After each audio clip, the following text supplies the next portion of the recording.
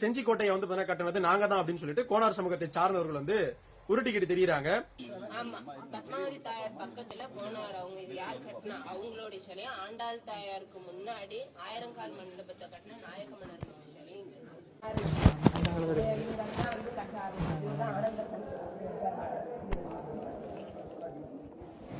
பாஷானம் அந்த இது கத்தி அதெல்லாம் வந்து கோனார்கள் வந்து அக்காலத்துல கோட்டையை கட்டாத வந்து ஒரு சமூகத்தை வந்து தொடர்ச்சியாக முன்னிலைப்படுத்தி இவங்க தான் கட்டினாங்க அப்படின்னு ஊரை ஏமாத்திக்கிட்டு வந்து பல திரியிறானுங்க என்று ஆங்கிலேயர் மெக்கன்சியின் செஞ்சி வரலாறு பற்றிய குறிப்புகளில் காணப்படுகிறது.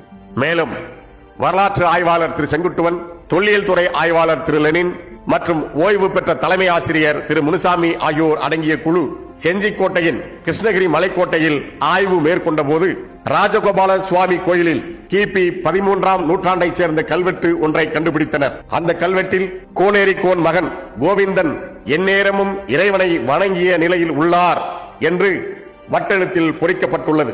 கோனேரி கோன் ஆட்சி காலம் கிபி 1270 முதல் கிபி 1290 வரையிலானது. இதன் மூலம் செஞ்சிக்கோட்டையை கட்டியவர்கள் அனந்தகோன் குலத்தவர்கள் என்பது உறுதியாகிறது. கிபி 1320 முதல் 1330 வரை குறும்பர் குலத்தை சேர்ந்த கோபலிங்க கோன் இந்த பகுதியை ஆண்டதாகவும் அறிய முடிகிறது.